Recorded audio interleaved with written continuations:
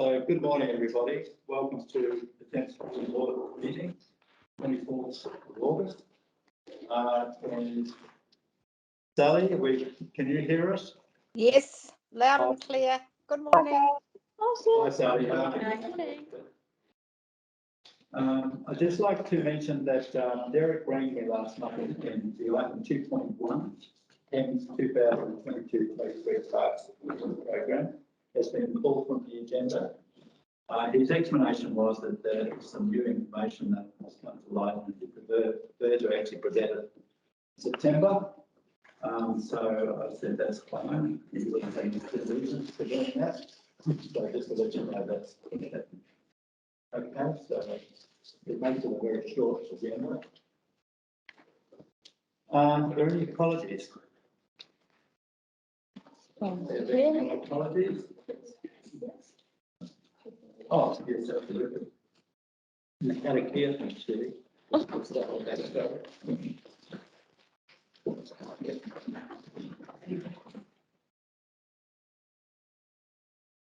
ngā tōhu o mātou atua, o te rangi o te whenua. He ara takina I a mātou I ngā taki I whiriwhiri ai tēnei wā. I raro anō, I te aro a ranganui ki runga a papatua nuku I takato nei. Whakamaua, kia tīna, haumie, huie, tāre. Ko te atua, ko ia nei te ariki o te rangi o te whenua. Mane.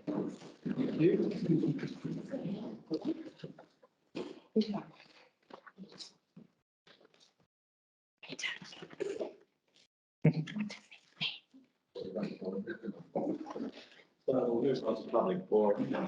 Welcome those that come speak to us. So we appreciate that.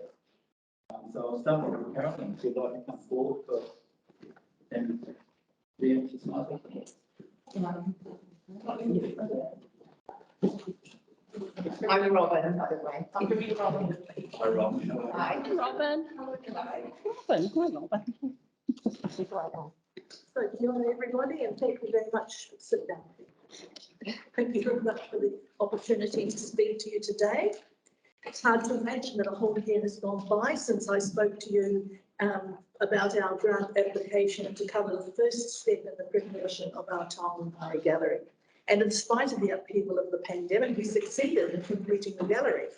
So thank you for everyone who's come along and given us their feedback. And we trust that you feel that last year's Community Board grant was well invested. We're now moving on with refreshing gallery number 3. This is our largest gallery and houses display on forestry, kauri gum, digging, pioneer building trades, gold mining, engineering, farming, transport and schools. We have received a grant to upgrade the flooring in that gallery, and at the same time we would like to replace some very old cabinets with ones which are more in line with modern day museum standards. And as you've seen from the photocopy, some of them are in very dire conditions at the moment. So they were an economic solution when the museum opened, but are no longer protect and display the items in them in the best possible way. And recently we came across a letter written by Toss Hammond. Here it is here, in which he stated, a people that forgets the past may expect no future. In fact, the museum's motto is keeping our history alive. We will greatly appreciate your contribution to meeting this goal. Any questions? Are there any points of clarification? Thanks, Martin. Just from those photos, it does look a little bit like something was sort of put together late one afternoon to make it. Well, I guess that's what people did in those days. How old is those particular, like the cabinets? Probably a good 50 years or more. Oh wow, okay. And like, that's not to say that things that were made 100 years ago could still be good, but you can see from the quality of the wood and the plywood that was used. It was economical at the time, and now the structure is beginning to deteriorate. And just a bit of sort of follow-up. So presumably there's particular standards as far as keeping humidity down New Zealand standards. New Zealand standards? Yes. Right, so it wouldn't be a matter of, presumably that would have to be something brought in. Those they're beyond repair, really. Yeah, Yes, so yes. the replacement ones would have to be of a particular But yes, standard, yes, right? yes. Carolyn, I understand you work with Te Papa, so to understand what those standards are. That's right, yes, yes. We're guided by the information and the consultation that they provide. So Carolyn, sorry. I'm curious as to what Robin's got. Will you just wait your turn, please? Oh, right. Very nice. I think I will. Very nice. So before we go any further, I'd like to thank those of you who are retiring and thank you for the help and advice that you have given us over the last couple of years. And I'd also like to thank you very much for the enthusiastic feedback that we have received from many of you over the last 18 months since Robin began compiling our monthly newsletter. And Robin is also closely involved with caring for and displaying our textile and garment collection. And so I'm now going to hand it over to her to say a few words about the new cabinet that we would like for our schools display. Thank you, Caroline. My pleasure.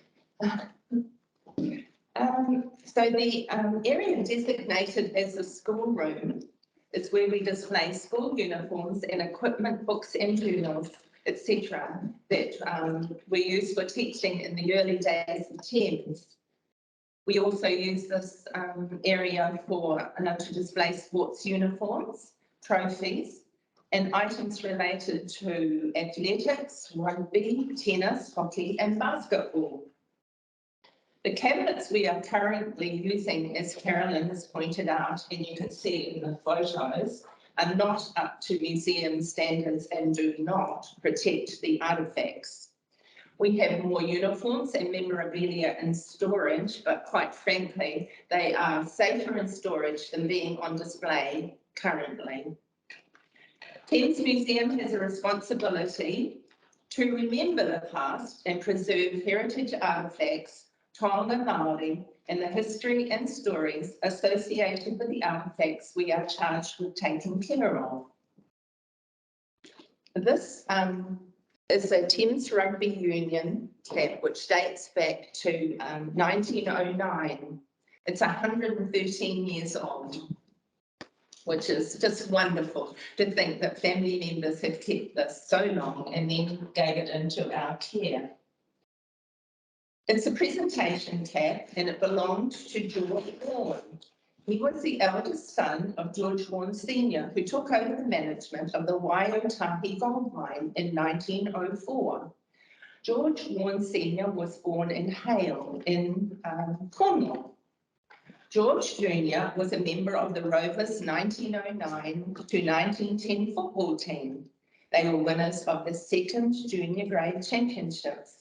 He was also a member of the Kororanga Old Boys hockey team, who were winners of the Thames Hockey Championships in 1909. George was also vice-captain of the junior football team, who were winners of the second junior championships 1909 and 1910. Stories such as these are very inspiring and add to the rich history of Thames and its people. So thank you for listening to us and giving us this time. It is very much appreciated. And thank you all for your support over the years. Thank you. Thank you. Any other points of clarification? I know what it is now. Don't want to get in trouble again. But I just ask one question, like, how's the fundraising going for the cabinet? Oh, the cabinets, the fundraising for the cabinets, did you say? Are you? Well, we have I think, certainty of some more money from Te Papa, from the National Services. And we have had a very generous donation from Avalon Motel and another generous donation from the Masonic Lodge of Light. Yeah. And so we're feeling and I've applied for other grants for other cabinets.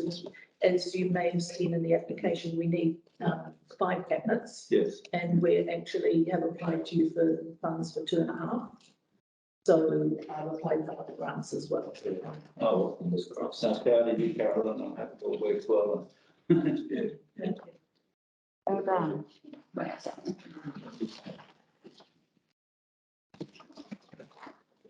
Thank you very much. I'd like to welcome Benjamin Darren as a visitor as well. Thank you. Really proud, really proud to participate. And a short presentation, so. Thank you very much, Stuart. So I'm Kezia Gray, this is Lee McLaren. We're here today representing the Kauranga River Trail Advocacy Groups. I'm presuming everyone on the line can see the slides, so sing out if you can't. It's going to be a bit of speed dating with our advocacy group today. I think we've got 3 to 5 minutes and I've got about 7 slides to try and get through. I hope you all feel this is worthwhile. So that's us and that's why we're here today. But really, what we're wanting to do today is to bring you up to speed with how this project is progressing. Just a reminder to you all, we are talking about the proposed Kauranga River Cycleway, which we proposed back to the Thames TCDC long-term plan last year. And we're really looking at a stage 1 with 3 kilometres up the Kauranga Valley, and then there's potential to scope an alternate route of 7.5 kilometres. And the reason this is important to you here today is because you as the Thames Community Board have provided $50,000 of funding to help scope this project, and you put that under the Thames Road and footpath operational expenditure. So we really wanted to make sure that you're all in the loop with where this project is at. As locals, we're really passionate about the benefits of this project to our community. Debbie and I both live up the valley, but we know this is important to the wider Thames community as well. We believe we're all singing from the same hymn sheet because back in 2016, your board put together the Thames Visitor Promotion and Optimisation Plan, which really identified 2 focus areas around walking and cycleways and around leveraging synergies with the Kauranga Valley. So these benefits, to summarise, are things like connecting our communities, road safety for a growing community up the valley, improving commuting, schools, work and to the township, that linking, a greater visitor attraction to really drive economic development in Thames, maximising this natural beauty of this treasure that we have up the valley and potentially a link or a better connection to dock. And there's potential to add it as an extension to the existing Hawaii rail trail cycleway.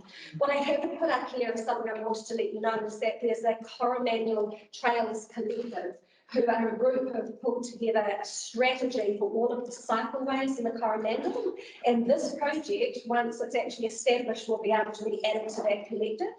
I don't believe you will have seen that strategy document, so we can forward it to you, but it's very comprehensive and it's going to be a very useful strategic piece around cycling in the Coromandel that hasn't existed before. They've got a lot of work into it.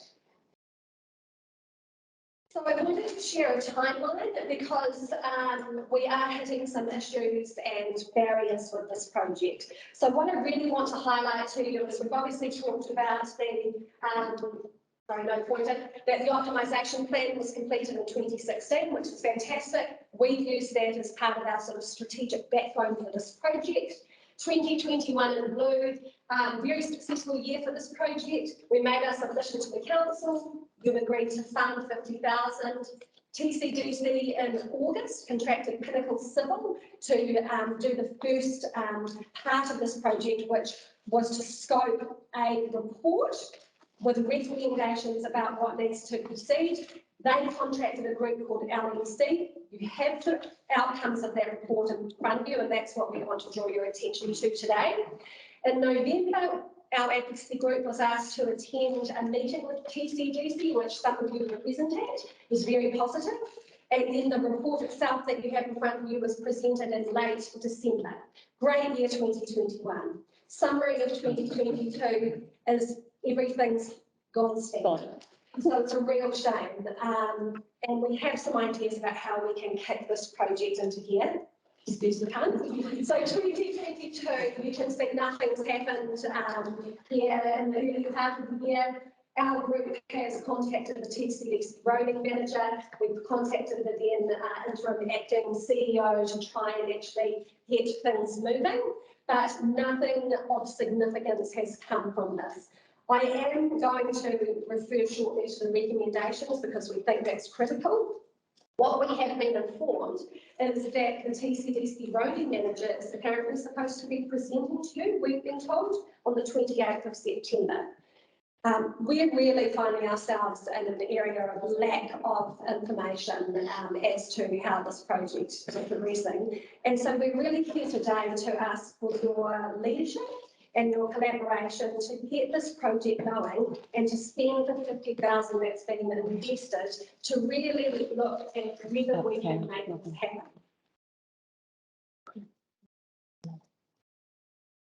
Next slide, Norman. Doesn't seem to be progressing. Is there any way we can move it forward? Try it again now. Thank you. Right. Just want to draw your attention to the recommendations in the report in front of you. This is critical to really how we see that this project can proceed. First recommendation, formation of a governance group. This report was issued late December 2021. This has not happened. So the formation of a governance group, they've identified that TCDC is best positioned to lead the project, but they've identified the role, the important role of stakeholders, elected members of the community, the community members involved with the advocacy group to actually assist in driving and steering the project. And then they've identified that this steering group needs to communicate and liaise with other important groups within the cycle community. They've identified that from the $50,000 that was first invested, and we don't know how much has been spent on this report, that the remaining money needs to be used to undertake very specific work, spelled out there in 3 steps: engage a surveyor, engage geotechnical consultant, and engage with council, legal and property teams. So we don't know if this is even happening. Right. And then they've stated after that, that once the above has been addressed, the governance group will need to determine really what happens next with the project. So I think that's very clear, and one of our key messages today is that we really recommend that these report recommendations are followed. And so I ask for you today, we've asked that the community board includes the current river trail investigations as an action in your action schedule, and that could be put in place today as our understanding. We've asked that the community board forms a governance group. Because we don't know who else will form the governance group. It hasn't happened thus far. And as per the recommendations, this is really the key to actually keeping this project moving forward. And then we also ask that this current river trail investigations are included in the community board work programs. So that we can keep this program of work moving and that we can really ascertain, once we've spent the $50,000 to answer all the questions, whether there's true value in this project proceeding. So that was our update for you. Thank you very much. We really look forward to collaborating. We hope it's been thought-provoking and we look forward to moving forward. Hi, Robin. I can phrase this as a question. Would you be happy to know that instead of meeting in a workshop on the 28th of September, we were doing it today? Would you be happy to know that? We would love to know that. Yeah, no, that's fantastic. Yeah. Fantastic. And can I ask who is, I mean, we feel very out of the loop. So who is presenting and what are they looking for? I'll just clarify, it's not a workshop, it's a presentation of an update. Yeah. Oh, it's a project by the roading manager, council lead project. Okay. That part of it. So yeah, he'll be so that's giving an update today to the board. Fantastic. Okay, that's really positive news. As you have deliberated on this, have you thought into the future as to how this would be ultimately funded? We have, we haven't scoped out the absolute specifics, but what we understand is if we think about this project in two parts, our understanding is that the first part of the cycleway could be funded by TCDC as part of a roading budget, and that a wider extension would require broader funding. And through our collaboration with all of the various other cycleway networks, the collective that's going on in the Coromandel, there are funding avenues. It may require our group to formalise in a more official capacity, which we are prepared to do. And hence coming back to again, can we form some sort of a governance group so that we can actively start making these steps happen. We've also been involved with NZ Access and in terms of these, we've been very active in a lot of remote meetings as we've all been over the recent times. So until we get a big tick to proceed, we can't go too much further. We all need to be on the same page. Mr. Chair, through the chair. Can I ask you, have you had any conversations with Ely? We've been in touch with Matthew Fisher quite early on in the proceedings, but until such time as there's any information to actually provide them, we haven't been able to give them any further details. Thank you. I'd just like to comment it's fantastic that you're having an update today. I think it does highlight the lack of communication, though, that is going on with this project. Yeah. I feel we should have been informed of that, and actually I do want to highlight that as per the recommendations, they talk about governance groups making decisions. And I would just ask that that thought remains in your mind that this project is not, the outcomes and next steps are not determined by one person or one area of the council. So I just ask you to bear that in mind, that if you're given a different set of recommendations today, that you bear in mind they may not have been reviewed by the wider collective or other elected officials who might have a vested interest in this project. I think you've raised a very important point, that the synergies and participation is really important in terms of getting that communication, because even although some ideas might come to the table this afternoon, doesn't mean that they're a fait accompli, in the sense that those ideas, if we canvass review as a group, as a working group, we'll have ideas to put input to actually feed into the system in terms of how to make this possible. So it's really important that the avenues of communication remain open. And I'm just very sorry to hear that, in fact, there hasn't been any feedback in relation to this report that's going to be delivered today to us, just as an overview. But I assure you, as a community board, I hope I'll just receive the report at this point. And one of the first things that we need to take from it is to make sure that they come back to you and further the progress of the idea. Could I ask, because of our lack of expertise in how community boards run and council, are our asks reasonable that we would consider to put this work on for action schedules? And I mean, is that something that the community board would consider doing? Does that help the project to move forward? Is what I'm really asking. I guess from the perspective of the work program, the investigation project was on the work program for 2022-23. And so we were just be getting updates from the project manager on the project. And then once that's done, so from what you said, I understand that there's a report on the agenda for the 28th of September. That's what you. Well, that's what we had been told. Can I just say, I think it would be fair. I think it would be fair for us to get an update from the staff this afternoon before we get any deeper around all this, if that would be okay. We just noted that it wasn't even on the current on today's agenda. It's not even listed there. We clearly granted $50,000 and we've got no idea where that's at. I mean, the strength of what you presented in terms of a working group is really important. The strength of inclusion and transparency is really important, because if you can gain that, there's so many opportunities relating to funding that that don't necessarily mean that it needs to fall back on TCDC. And we're happy to help, that's what we're flagging. And there to help. And I know, for example, with the Harry Rail Trail, there's enhancement funding opportunities that link to the Harry Rail Trail. So if you've got a loop that links to the Harry Rail Trail, or TOTRA, for example, or whatever, then that could be regarded, this project could be regarded as an enhancement to the rail trail. And that opens up all sorts of opportunities. That's just one example. So I'd like to just make sure that the doors of the Community Commission remain open. And the Conogo Christian Camp is about to do a massive expansion for 3 vehicles. It's just endless, really. Yeah. Okay. So thank you very much for allowing us the opportunity to put out the speaker forward today. We're really excited about the project and we want it to happen, and we think that many people in the community feel the same way. Yes. So thank you very much. Thanks. Thank you. Thank you very much.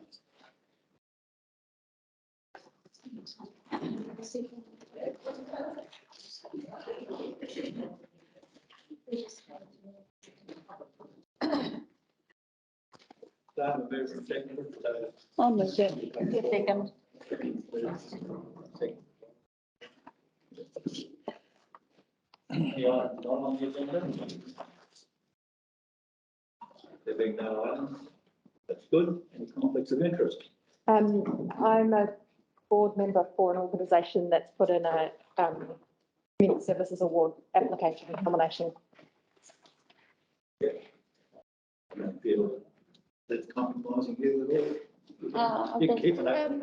You can keep it open, in my opinion. I'd rather not participate in conversation about the person that has been nominated by the Thames Community Centre, purely because even though I had nothing to do with the nomination, I didn't choose the volunteer. Obviously, if there were any benefits derived from having a volunteer who received the award, then I, as a board trustee, would benefit from that. So yes, it's a conflict for me. So I won't help you talk about that particular volunteer and the Community Service Award. So does that kind of exclude you from the entire? No, just from the conversation you had about that one person. Okay, so when is that person coming up? Well, on the list? So maybe they could be the last one. Well, That's what I'm saying. yeah, I also had a conflict when we talked about the community grants last year, and during that part of the conversation, when you discussed that exact, because it was a community centre again, I did not participate in the conversation. I think I've even got a cup of tea, actually. Good. If I recall correctly. I So think that's I'm a happy good to have idea. another cup of tea on behalf of making this a robust process. All right. Thank you.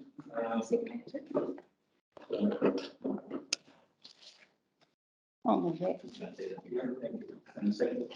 Am I allowed to second it? Probably not. Sure. Maybe you, Robin. Minister confirmation. I'll take those as being read, please. Minutes are right. Just that the karakia was performed by the deputy board member rather than the deputy chair. The very top. Yes, Thank you. You're more than a deputy. That's right. Thank you so much. Thanks, Peter. Any other matters arising from that? I'll move that. I'll second. Thank you. Yay. Thanks, Sally. Nice to hear your voice, Sal. That's right, that's done. Mover and seconded for the minutes to be confirmed. Peter and, You just, Peter and Sally. you move the amendment. Mover and seconded for the. Oh, okay. Be confirmed. It's okay. 2.1's been pulled from the program, so that's. Yeah, 3.1, I guess. Andrew is online. Andrew, how are you? Fine, thank you, Strat. How are you? Yeah, very good, thank you. 3.1, you for final work programs. Okay. Any questions? Peter is being read. Torture Valley, we are getting more and more inquiries about what's happening from the 20 property owners who are on Torture Valley Road. So with this in mind, I've met with Michael Doby, that young man at the back of the room, and Steve Bremner from Pinnacles to give Michael an overview of what's going to happen in the next couple of months with regard to starting negotiations of us purchasing the slivers of land that are required to allow us to widen the road. I've only had positive feedback from those property owners. And Michael, when do you think that will go out on the website? This week. This week. Yeah. That's good. So our legal team are coming up with an agreement template that we will use with our consultant Align, who will carry out the negotiations, and then we can start the land purchase process, which will unlock the work associated with the whole road itself. So that's moving quite well, albeit slowly, but it's one of those things. Yeah, as I mentioned to you before, and it says on here on the work programme, stage 1, which is the intersection, starts in, well, it's got November here, I think it'll be October. And from what I can see, the work that Powerco have been doing in the area has been completed. The Downer do all their work, and that's been done. So Chorus have finished their work at the intersection. Powerco, which allows our contractor to come back in October, when hopefully the weather will be better and drier than it has been over the past couple of months, and we can get the intersection finished in probably about 6 weeks' time from when it starts. So yeah, the project is excuse me, is going well. And yeah, any questions? Yes, Peter. So just 3 things. Firstly, the media information, will that be also be going to the press and what have you, or is it just going to be a statement on the website? Michael? Sorry, going to Peter? Sorry? Who did you ask if it was going to, or would it just be on our website? Is it, you mentioned it's going up on the website. Will it proactively be going to the local media, like, you know, Herald and those? It will do. Okay. Second question, I've got 3. Second question, Andrew, in the report you talk about land negotiations ongoing. Yeah. But in your narrative, it sounded like land negotiations haven't started.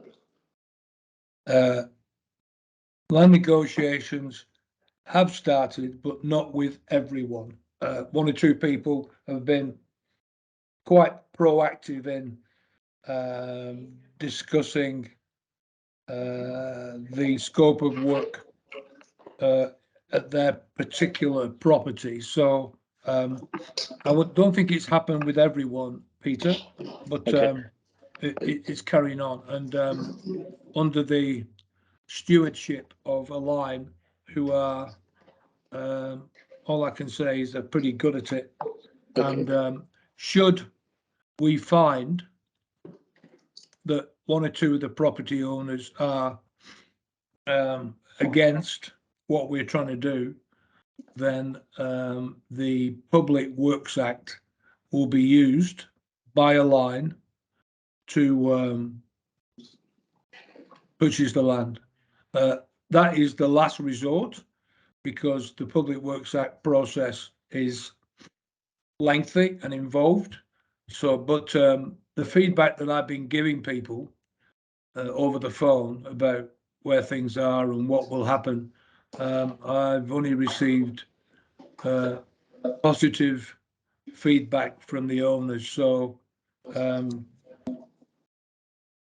once the information is on the website and more readily available for everyone, including non-residents as well, along the road, then it'll start moving forward, Peter.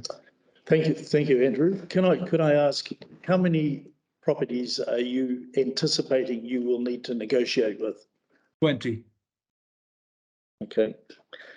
And my final question was just in the report, there are different figures for the stormwater, wastewater and water, and that's kind of all being proportioned out of the budget. Is that right? Each of those areas have been separated out. So each area in the LTP, Peter, has each area has a separate budget for the. So there's 4 of them. There's the 3 waters.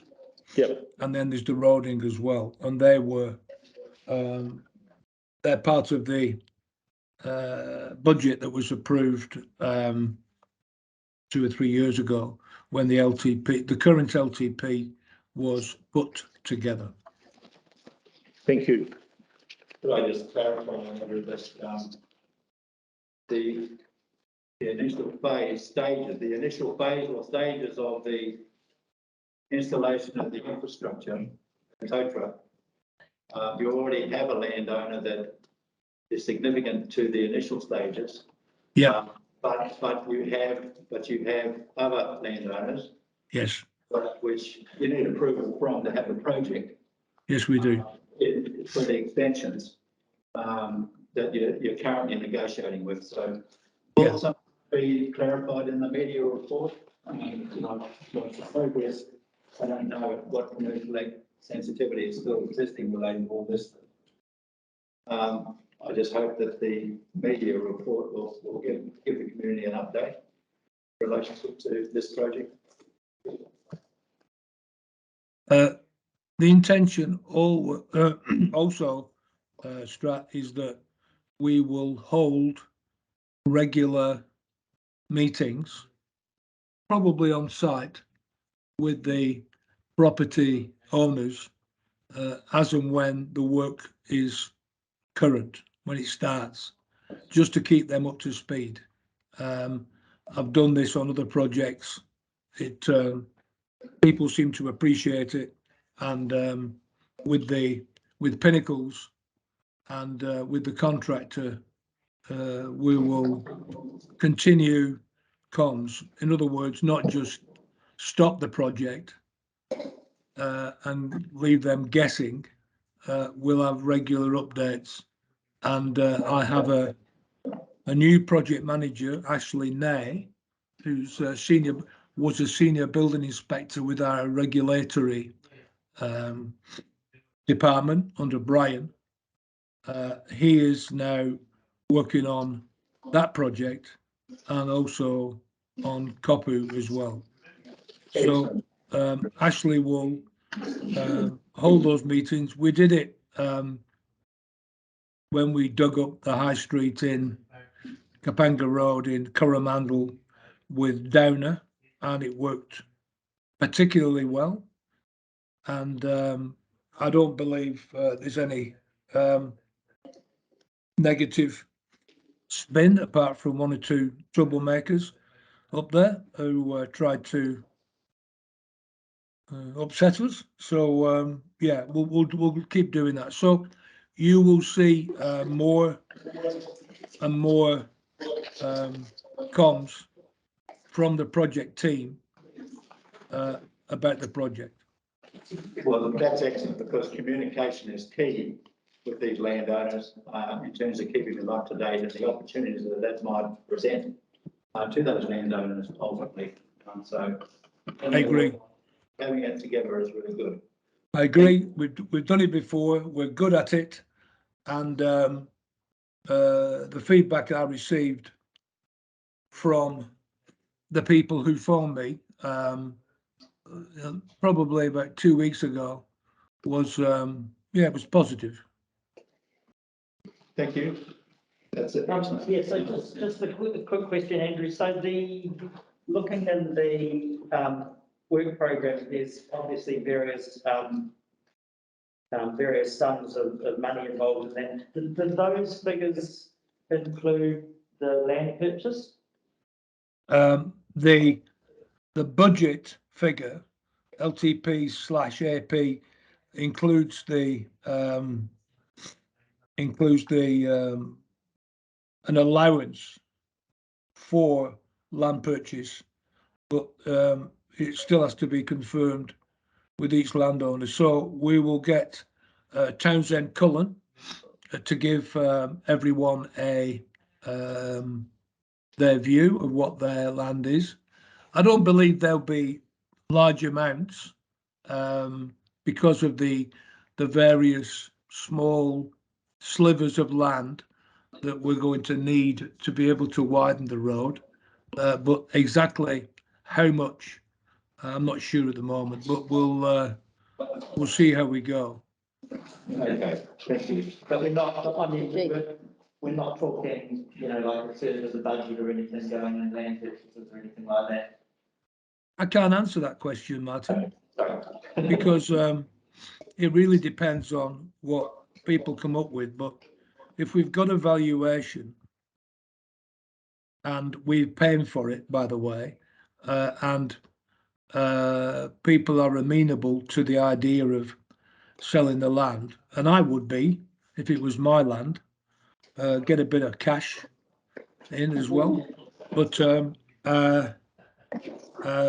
Align have our best interests at heart, are experienced enough to give us good advice, and yeah, Okay, well, I'm pretty confident that we'll come in within budget, Martin. But can I prove it to you? No, I can't. thank you. Sally, have you anything to add to this particular item in the work program? No. You all right? Yep, Yes. okay. Could I just ask also, if are we moving on from this one now, this project? Yeah. I'd like to just ask, how is the report, how is Cape Marine going in terms of the MB funding? Is that progressing? The yes, no problem. The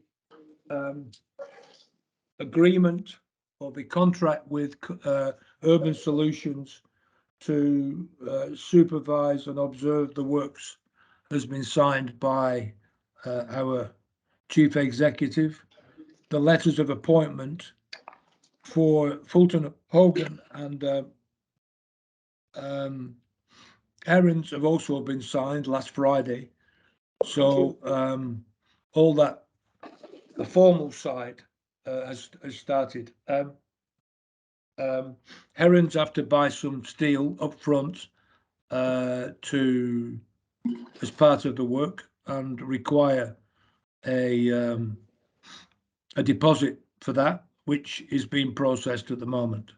So In terms I'm particularly pleased that we've got through this process, and when the project starts in October, we've had pre-commencement meetings between us and Urban Solutions and both contract. Andrew, I think Strake's question related to funding, where in the report it said we should have heard from DIA in July, and we're expecting to hear mid-August from MB. Is there an update on the funding from government? I don't. I believe, I'm not sure about MB, but I know the DIA funding has been confirmed. I think that's a Lorna question. Can I just say, I think that's probably a Lorna question rather than an Andrew question about funding. Sure, Yeah. sure. But I just thought you might know. No, that's fine. Thank you. We've got Lorna. Oh, Lorna, are you there? Hi, Lorna. Hi, everybody. Good morning, board. No, we haven't had a decision from MB yet, and No. it seems to have been pushed out now until potentially November. What we are doing, though, is we are putting together an application for the Waikato Regional Council Infrastructure Fund. We've been in correspondence with them. That will take 3 months to process. So we're looking at other options as well. And as we said to the board and councillors before, we still have time over the next sort of 5 or 6 months to look at getting that $1 million from other agencies. So work in progress. Also just wanted to signpost that we will be having a shovel-ready ceremony, just getting the official date for Minister Nash, who will be here for that, looking at sort of mid to late September. So we'll be sending invites out to everybody for that as well. Maybe we can talk to the minister on the day about that money. Yes, indeed. Whisper in his ear. We've, Sorry. Lorna, can I just clarify? Lorna, did you say DIA haven't yet confirmed? no, DIA have confirmed. have confirmed. They have Yes, that's confirmed. correct. Yes, they have. Sorry, Lorna. No, all good. Are there any other questions? Like, especially while we've got Lorna there? What about that? No, I've got questions Yeah, about it. generally, too. yeah. Cherie? So are we able to move on from that topic, Yes. that subject? Yeah. Okay. I just want to move down to the Waimu boat ramp and the assessment and design. So are we actually having a redesign of Waimu boat ramp?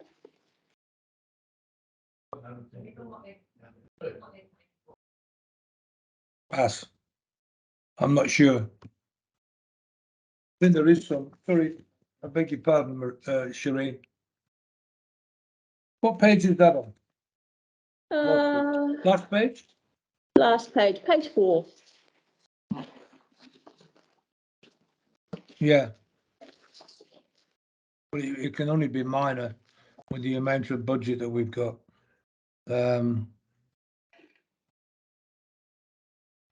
Yeah, the consent from WRC is expected, but I'm not quite sure when. So to answer your question, yes, there is some design work, and there's a requirement for us to issue a consent to WRC, and that's in progress at the moment. I can give you a better answer to that question when I've spoken to Ellen Cooper. I'm not close to this project, but that doesn't matter. I can still answer your question. Okay, so can I just ask then, TCD says to give WRC a consent? No, No, we will it's the other way around? issue a request for a consent It's for a consent. from them. We won't issue it, they will. Okay. And at the moment, consent applications from WRC are coming back, are very slow. So I'll find out what's happening. Thank you, Andrew. Appreciate No, it's all right, Cherie. It's a good question. So what's the next step in relationship to that Waimu boat ramp? If the consent is granted, then what's the next step in relationship to the funding of the boat ramp? We'll tender the work. it. Yeah, we'll tender the work. Okay. I'll find out, Strat. You can tell I'm not really up to speed with it. And I don't appreciate to be confirmed as a expected completion date. So I'll get a report from Ellen Cooper that will be issued to all the board members on what's going to happen probably in the between now and the end of the year. I don't think it's not a big project, but it's yeah, it's a project that we have to get on top of. Yes, thank you. Sure. Any other questions from the board? Yeah, thank you, Robert. Yeah, mine is more related to the OPEX, which is, I guess, Rose Bradley. You can ask it now. Yeah, well, they're all good. Yeah, no, that's there. So just continuing on there. Continuing on, yes, taking it off. Update on a couple of items. So the Thames and surround spatial plan. Council adopted the draft plan for consultation on the 9th of August and feedback closes on the 8th of September. Shoreline management plan, council, that's on the council agenda for adoption in September. The annual plan in regard to the item about the old skate park at Taipu Park. There's not much update since the last time you received an update on this item. I spoke to Matthew Allnut and he is planning to undertake the planning for removal from October this year. And it's that it should start around March. And it says in the report, removal in October. So Plan. the planning, yeah, so they're planning to start. Yeah. In their work plan. And presumably Ngāti Maru. Start planning. Well, it's just that it takes a bit of, there's. Yeah. There's a lot of concrete. Yeah. They have to plan for the disposal of it and, yeah. And presumably Ngāti Maru is being kept abreast of all of it. Yes, yes. So it's the, just to clarify, it's the planning to remove the park, which is going to start. Just the skate park. Yeah. The planning is going to start in October. That's when they've scheduled to. And did you say with a view to it being? Yes, so Derek advised me last week that they're thinking around March that we should be in a position to be able to start moving the concrete. There's a lot of concrete.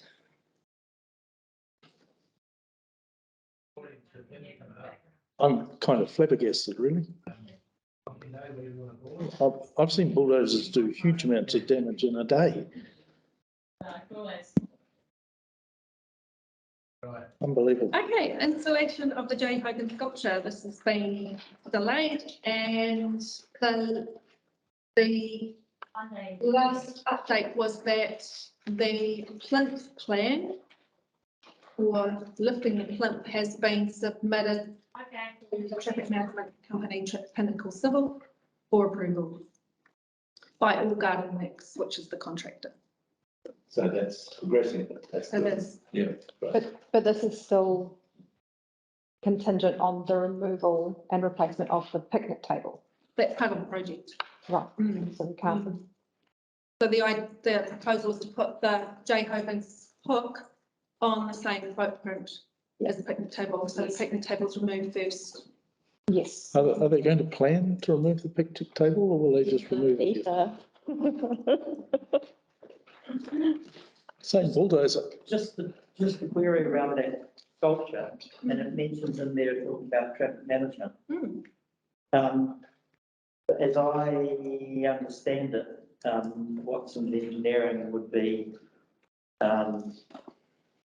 pretty much on that piece of ground as far as, so there was some confusion as to whether thousands needed to be spent on traffic management, when in fact the truck would be pretty much completely on that reserve. And I guess also the other query was, I seem to remember being told ages ago that the sculpture couldn't go towards the back where the artist had thought would be a good spot for it because of problems with roots and trees and things. But also you can't see it there. But it's going on a plinth. And so I was just confused as to, we seem to be told it can't go there because of the trees, disturbing the footprint and all the rest of it, but it's actually been on a plinth similar to the one that the rocket sculpture's on. And that was the whole idea of the plinths, was that they have been created, they're relatively straightforward to put it in a place with a sculpture on it, or a piece of art on it.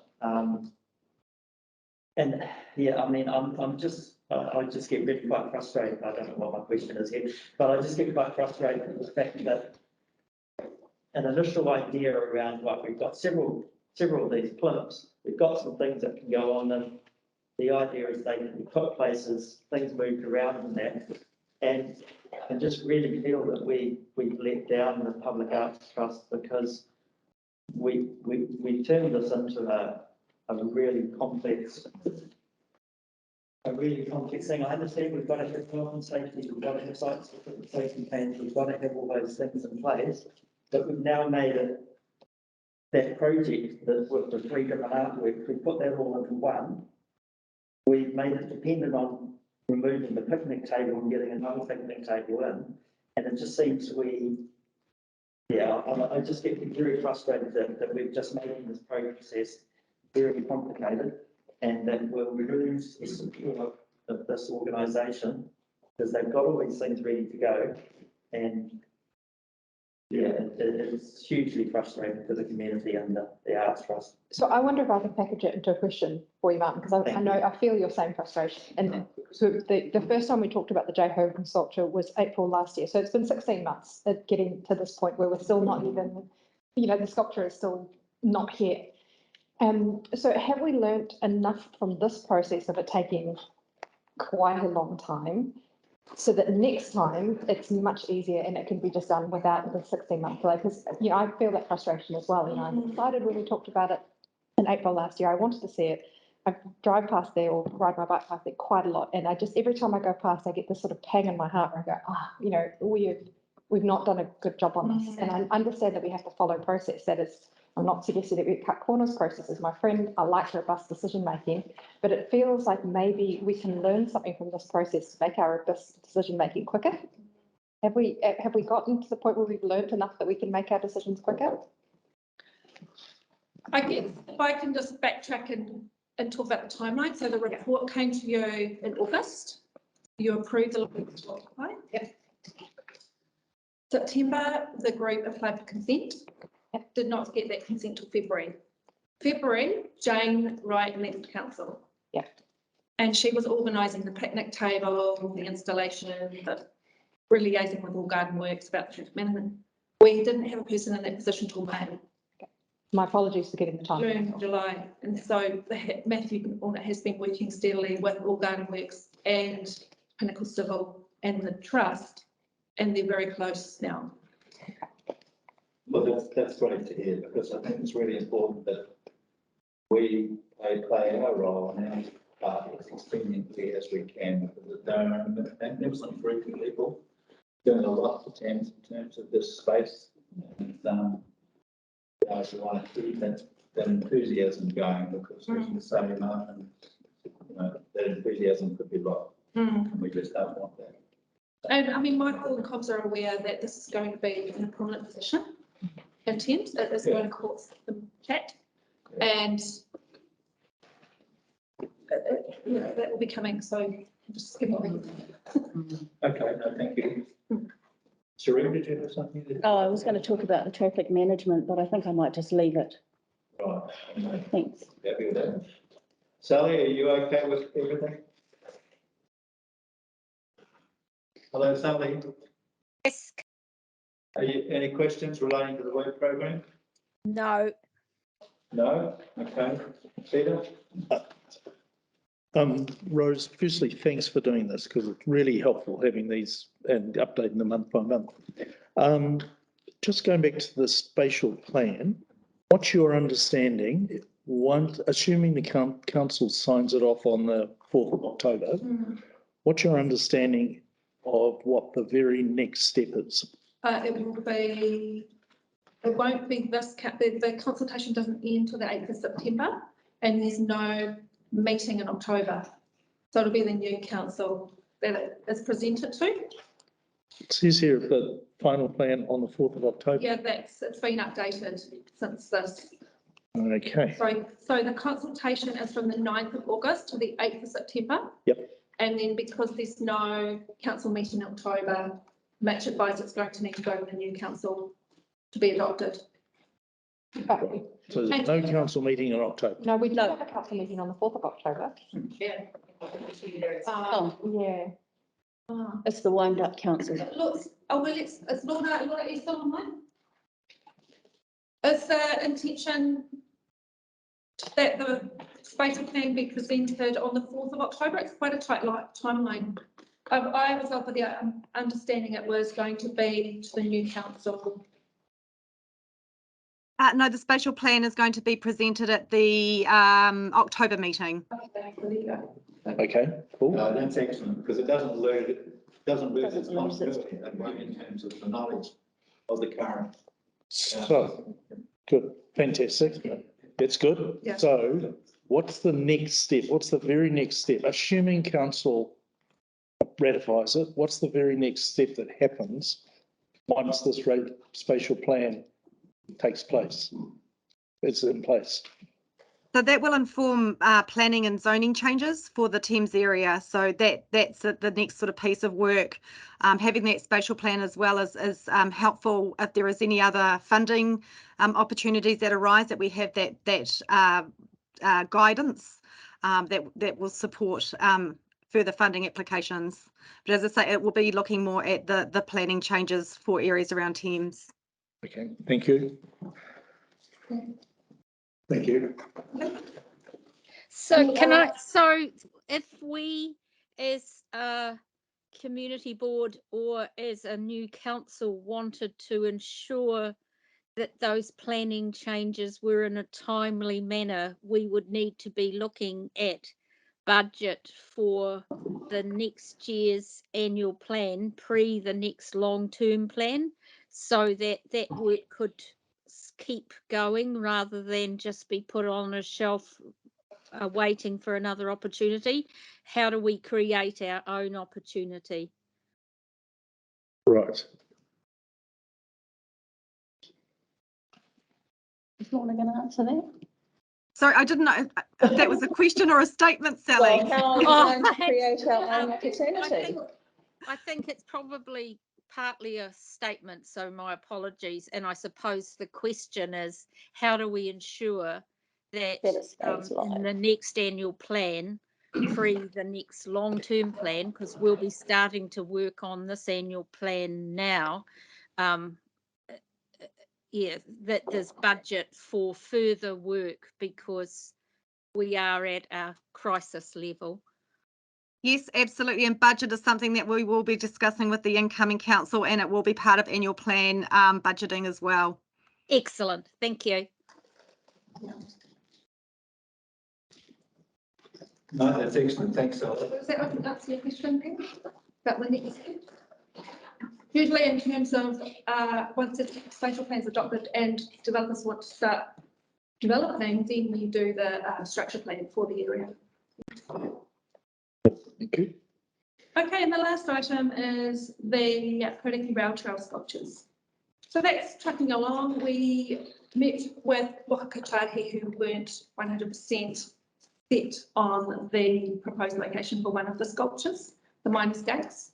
So we have moved it slightly off the trail, and that's the proposal.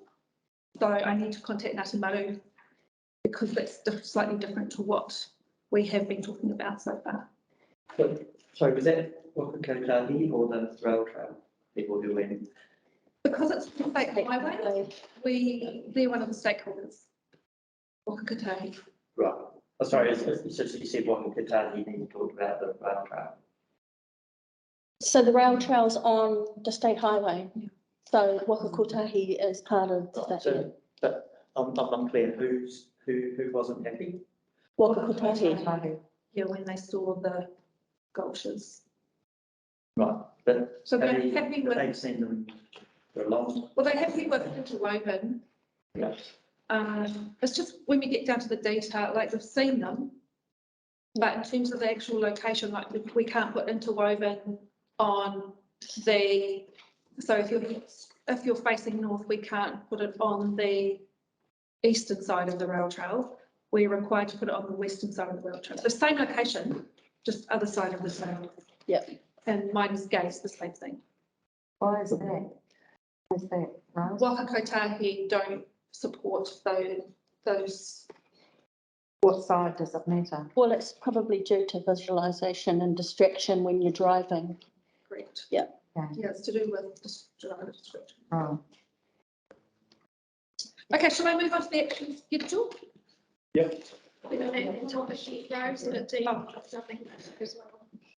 Yeah, just before you do, just generally on the work program that you will see in August, we have been doing some work with Andrew's teams, improving some of the work programs. We would have seen some of that flowing through. It is actually intended that every August we will have an end of financial year report for the previous financial year, and then also a report that starts the new financial year. So you would have both of them ready to go. However, this time around, because of the timing of the 9th of August council meeting, the timing didn't allow the budgets to be confirmed in time to inform these reports on this agenda review. So it just didn't quite make it this time around. But moving forward, there will be both sets of reports. So in August, you'll get your New Year's work programme to look at as well. Any other? Can I just get the clarification of that? In August, we'll get this, or? No. No, so you're talking about new board? Yeah, so Okay, this year, in September, you'll get your New Year's work programme. right. With all of the new budgets confirmed. But moving forward, the intention is to try and do it in August. The timings didn't quite allow that to happen this year. Thank you. Very good, thank you. So we have mover and seconder relating to receiving them reports. Thanks, Peter. Thanks, Martin.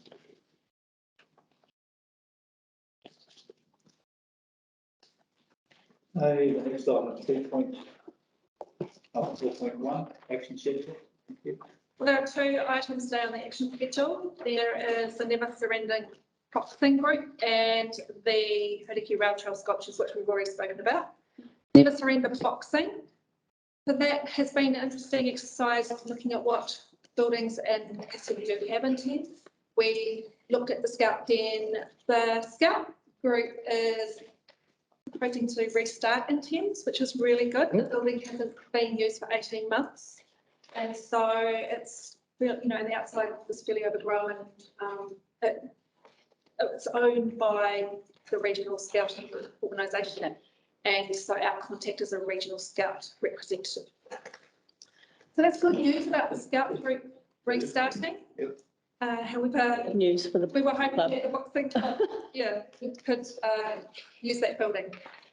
Now, the boxing club is in discussions with John Freo at the mall because there's some space upstairs, which is available and has been available for some time. So they're in discussions about that. There are pros and cons. And I have been investigating, well, I haven't actually got in touch with the owners yet, but it was the Grahamstown Hall, the dance school is no longer using the hall. And so I'm just following up the new. Can I just ask, has there been any discussion with Citizens Band Hall at all? And more about how much they use? Some music groups in there. They're not supportive of having the boxing group in there. So I have discussed with their committee setting up a time, late October, early November. We're planning to have a session on that, exactly that, increasing use of the building. Increasing use of the building. They're very, very focused in the first instance on trying to increase use from groups in the community that are music, arts or dance, choral, singing, that kind of thing. Yeah. Okay. Thank you. So I had thought when they did that presentation that their preference was a new location that they had maybe not exclusive use, but pretty close to exclusive use because of the amount of setup. And we know that in the gym and sport club were operating out of the Jack McLean Centre. I mean, I went down there several times and there was a huge amount of work getting all the gear out and then at the end getting it back. Since they moved out to the building at Kopu, that's made a massive difference. So, I was confused about them potentially sharing a space because of them having to pack away gear and put it back. And I know it might be harder to find it is an hard empty to find space it. for them. Yeah. But for them, it would seem to be there for good. Yeah, I mean, the space is fit for purpose. So they were started off with the idea of a 3x3 ring. And they actually need more than that because they can't have that up against the wall because the ropes, when one of the boxes bounces against the rope, they go. So they need a bigger space than 3x3. The Scout Den would have been great, but it's not going to be an option for them because of the Scout Den. And so, yes, they do need a space that is big enough to accommodate that ring. I have spoken to Larissa about the civic centre with a view to sectioning off a section of that building to accommodate that ring. And she was concerned about the amount of public use. And that it would affect that. So at this stage, we haven't gone back to that idea, but the civic centre is a large space that could accommodate activity if it wasn't an activity that had to have a set up ring. Yeah. I think initially when they came with the proposal, they were hoping to find it a little bit around trying to find a place where they could actually erect a shed. That's sort of what they were talking about for a while, some, council land, maybe they could build something. But the onflow from that is actually they've got to have power, they've got to have connection to water and wastewater services and that type of thing, and that would just blow their budget. So the next step is, once we've worked through these couple of options we've got on the table at the moment, these ideas, is they're happy for Michael and I to work on getting something out there to the community to raise awareness in the community that they're seeking premises. And after that, the next step is looking at the current building. So we need to look at what they've got first before we start thinking about exactly something new. And the building they've got, the footprint of it is a lot bigger than what they're using because of the lean-tos on either side. And so that's a big project for a group that is building, and in terms of capability, they would need a lot of support, I believe, to go down that track. So we need to be having a conversation about what that would entail. Okay, Martin, yeah. I guess one thing about it is that it does, and I hate the phrase, it does sort of tick a number of the boxes in our the values and the thing we worked on for quite a long time, that's the name escaped me, the community plan. It does tick a number of those boxes as far as youth and sports and that kind of thing. So I guess that's in its favour. But yeah, how involved the community board gets. And start, yeah. Is it? Yes. I just have Sally too, would like to contribute. I think when I went to visit one day there, I was astounded by what was going on outside of the ring. And so to me, the ring is only part of their operation. And I think in terms of meeting a need for the diverse groups of people we have, rugby and netball and those other amazing sports aren't going to crack it with a lot of the people that young and older that go to this place. So I'm really interested in what support can we give them. And that might be even finding them community support. But, there's a young woman there that's just run her first national fight, so to me, let's do it once and let's do it right for them. And I think they're very important. The other thing I just wanted to acknowledge is that they work full time. We need to go at their pace of the club. And that's what we're doing. So they've got a lot of things going on. They've got competitions and 25 young people and growing, and they're trying to increase their classes for women. So I guess what I'm saying is that before we embark down the road of Reno, we need to be really clear that there's nothing available in our community, because it will take attention away from delivery of boxing. That's excellent. Thank you. No further points of clarification. I'll move that.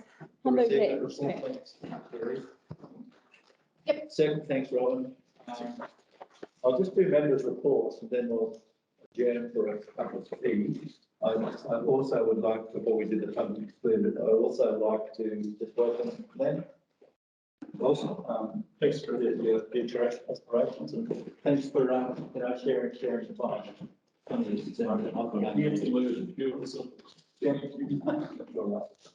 Thank you. Members' reports. Just move around. So, the lady in blue, her name's Caroline. Caroline, Hi, how are you? How are you? she's standing for community board. Oh, excellent. Yeah, Welcome, Caroline. beautiful. Yeah, now all names. Yes, and I wish you well. Yeah, wish you well. Yeah, wish you well with that, but it wasn't. Yeah, Yeah, it's not open for questions, Peter. It's just an acknowledgement. yeah, absolutely. It's lovely, isn't it? Yeah. Peter? That's all right. Yep. Take it as read. I'll probably just a couple of comments. That's it. No problem. Going along to the men's shed was a staggering experience. Incredible. And to see a group of people who have the ambition to spend $500,000 building a facility kind of just gives you a sense of some of the motivation there is in people in our community. Now, you know, you see a little bit of it here this morning with the Kauranga River Trail. But the people at the men's shed, and you know, they're going about it. They're going to do a feasibility thing, and they've kind of said, well, if we're going to do this, everybody's going to have to put their hands in their pockets. And everybody says, well, okay, let's take it the next step, and so on. I'm incredibly impressed. Yeah. And secondly, about the diversity of what they're doing and what they're involved in. So that's just the first comment. The second thing, because it's election time, you start getting emails from people because they find out your email address and what have you. I've had a couple which relate to potholes and streetscape and some people are feeling fairly motivated to express their displeasure about what's happening about potholes. But I think that's something perhaps we could bring up this afternoon when we have an update with Ed.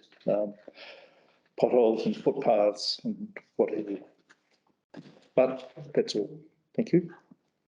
Thanks, Commissioner. Must be a written report. Very good. Just moving around. Well, I'm just still working on the youth mapping scope, and that's so what is available in the Thames ward to retain young people here in terms of employment, study, that kind of thing. And I thought I'd nearly finished, and then Jenna reminded me of another agency that does provide services. So I'm just I'm talking to the manager about that, and I'm going to include that, and hopefully I will have got everybody who's providing some sort of service. And then I emailed you, Rose, about the Waikato Transport Symposium that's happening on the 22nd of September, 23rd. So anyway, I'll send you some more information because it's all been firmed up, so there might be people from council that would like to attend that. I think it'll be really good. It's over in Hamilton. okay, thank you. Martin? Okay, so in the last week, Robin and I have both been to aquaculture events. So there was the Karaki Aquacultural Forum at the Civic Centre, which was an extremely informative day. And then on Monday, we went to the Karaki Golf Forum, which was at the Agrosea premises over in Paira. It was a fascinating day. We had a very quick tour of the premises, but to me, it highlighted the fact that this is a company that's so innovative. It's totally blows my mind every time I see the sort of things that they're doing. And I think it's really important that DCDC makes sure that we're having as many kinds of communication open with them because, yeah, I really think we have to make sure that we're going to get involved in their their projects going forward. One of their projects I'm sure people are aware of is growing sea lettuce. Out at the edge, taking water from the Waihau and taking the nitrogen out and using that to grow and then discharging better water out into the back out into the river. Yes, so and they received an award recently, and they've also getting some additional funding for more research and things around making nano cell hydrogel. Yes. Which, yeah, the potential for that, I think they said something around about Fisher and Paykel saying, well, if they could make a billion masks featuring this hydrogel stuff, then, you know, that could be $1 billion industry, just like that. So it's. There's the potential to replace plastic. Yeah. Some things that we do as elected members sort of bring you down a bit, but those two events sort of really lifted me up, so it's always good. That another event for the Civic was the Thames Can Do Expo, and we had a number of elected members turned up to that, which was great. It was very well attended. I think we had one of the schools, might have been Mercury Bay Area School, couldn't make it at the last minute, but still had a lot of young people go through there, and it was really good to see that event come back after a couple of years of it not happening. And yeah, the TVA and Warren Slide did a huge amount of work that, and of course our own council staff as well. And as I told people the other day, the workshop in Service Lane, Service Lane is that one by Mary Street. 7, I'm going to say 7. That got lifted up by a large crane on Tuesday, and moved just sort of a few metres around the corner. So that's good to see, and it'll be interesting to see what our plans are for that space. So I'm not asking staff to plan right now, but it would be good. Yeah, it would be good to see that plan coming forward from that. And just a little shame, like Thames Music and Drama are putting a drama comedy on in September. We're rehearsing for it now. It's called Legacy, and tickets are selling fast. The closing night is almost sold out already, so don't miss getting some tickets for that. It's called Legacy, thamesmad.co. You can book the tickets. Thank you. Excellent, thanks, Martin. I'll just go up to the screen and ask Sally if she would like to present something. I'm in the process of trying to disengage and stay engaged at the same time, and my brain is finding it quite hard to process 33 years and to be intelligent about what I want to leave at the table and what I want to forget. So that's an ongoing thing. I've got a tear in my meniscus in my left knee, if anyone's interested, which is affecting my mobility quite a lot. And I think I just feel I want to acknowledge the Kopu project, because I think that's huge. The Totra Valley, I think that's huge.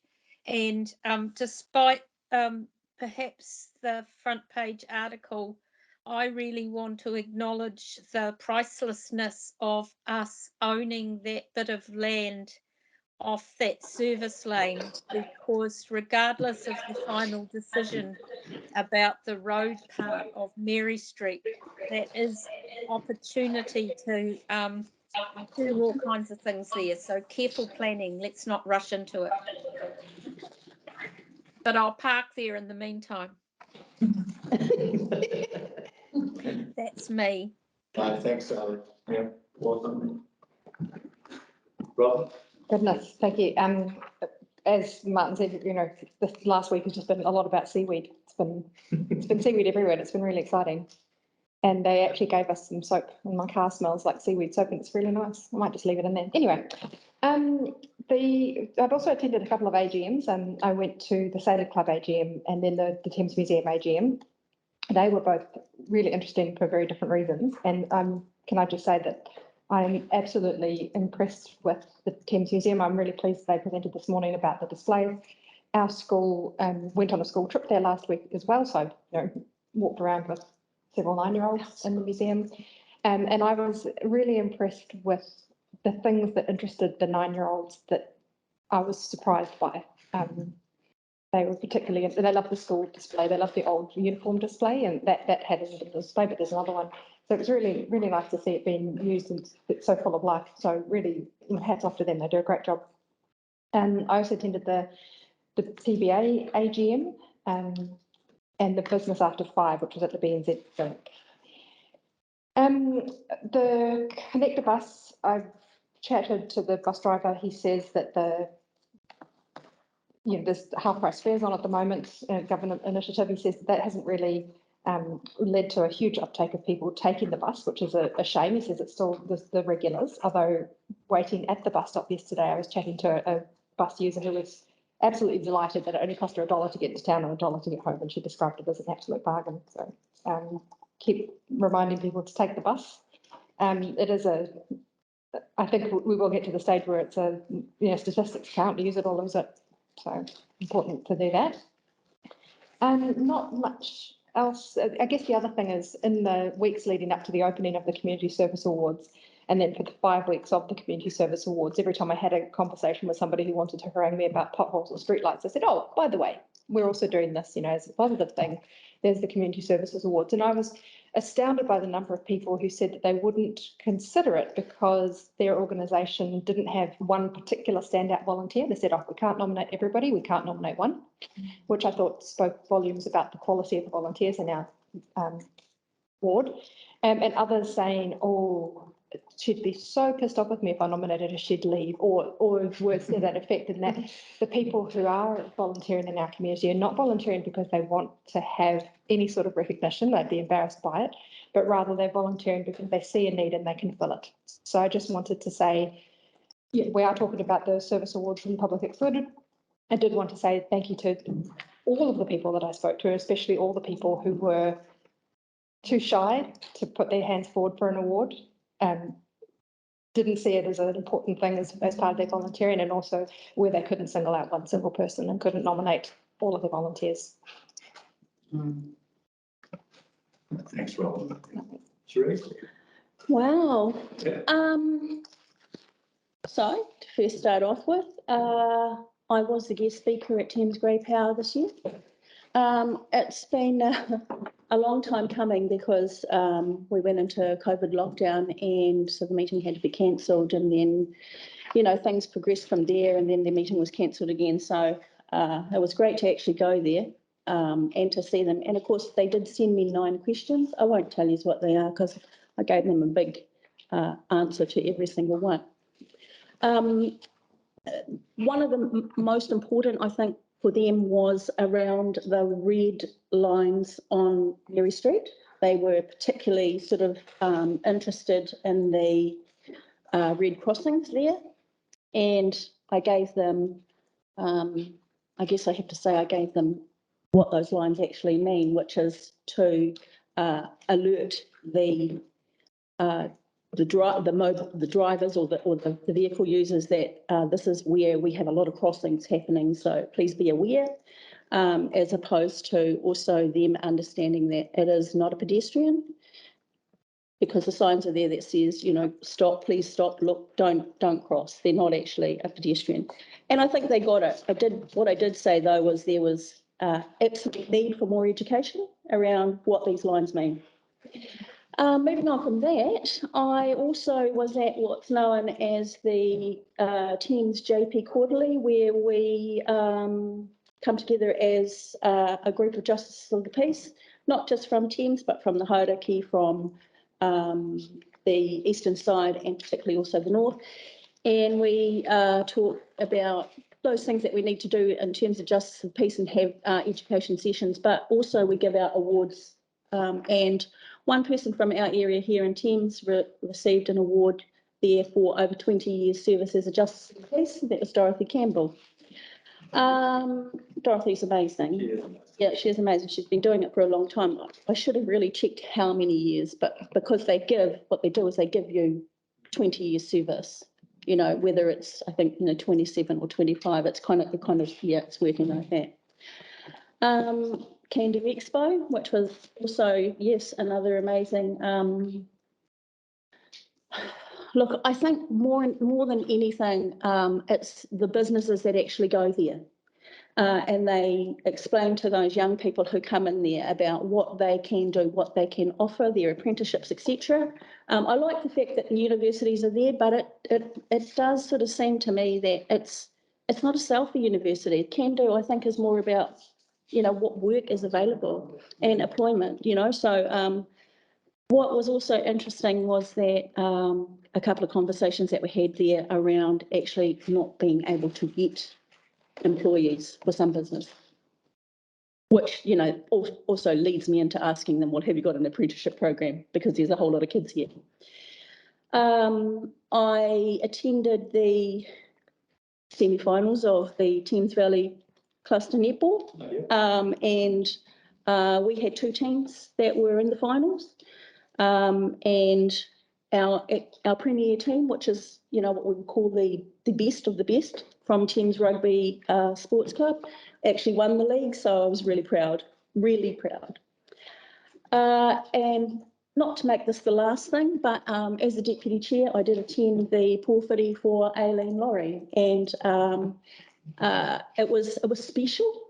It was really special in terms of Te Whakatoi here and Te Whānau Apanui who brought her here, but in turn special for us here in the Maratuahu iwi. And of course, Sally and I received her from that iwi to bring to our iwi, and it felt really special. It certainly did. Cool. And Sally did say to them, don't worry, we'll look after her, and I back you up on that, Sal. And thank you. It's very nice, yeah. Well, I haven't got an extensive written report, but I would like to say a little bit like Sally in the wind down of my involvement in local government and politics, and you know best for them, they know best for you. Those political dualities can leave me behind. But I would like to say that the significant projects going forward, I highlighted in my last report, and the Cape Marina, of course, and the opportunities that Tokyo Valley now will bring to Thames in terms of subdivision and housing. I think it's such an important thing, and the spatial planning that surrounds all of that in progressing those documents. The sports and recreational aspects of Thames need to be really emphasised over the next 3 to 4 years. New one really needs to concentrate on that in terms of roads, park existence, relating to being a floodplain, and the probability that floodplain will become significant as time goes by, and the necessity for us to actually have excellent sporting facilities for all our age groups in Thames. So that's going to be a major thing for community boards and councillors to grapple with. I've always highlighted the fact that probably, how many years ago now, it was 2013, that we developed the Thames Urban Development Strategy. I encourage any new community board member to look at some of those, or councillors to look at some of those documents as they talk about some of the things that are special to Thames. And it still remains today. There was a quote in there that I gave because I was part of the focus group at the time, that sort of said, Thames is a special place with specific qualities that can be best described by the importance of Thames in the history of New Zealand. Thames is located within 1 hour for half of the nation's population, half the nation's population. Nestled between Rosebush and Seaside, this is really something quite special for Thames. It offers compact walking, cycle and trail opportunities, and I've always said this. Is something quite unique for Thames to develop. So each elements offering a heritage destination, old Grahamstown, economic potential, natural recreational opportunities, and many of its attributes. You have sitting there at your back doorstep a magnificent opportunity in terms of the architecture, the history, the possibilities of the trails that have been opened up in the hills, the proximity of the hills to the seaside, the opportunity of space that can create quite a unique walk and cycle orientation, and that can connect, all of these things and attributes and offerings that Thames has to offer. And that's why I'm excited by, to some extent, the destination management work that's now being done at Exclude. That work through destination correspondence. I think it's really important. You as elected members pick up on that in terms of, its potential. It's been highlighted in several documents.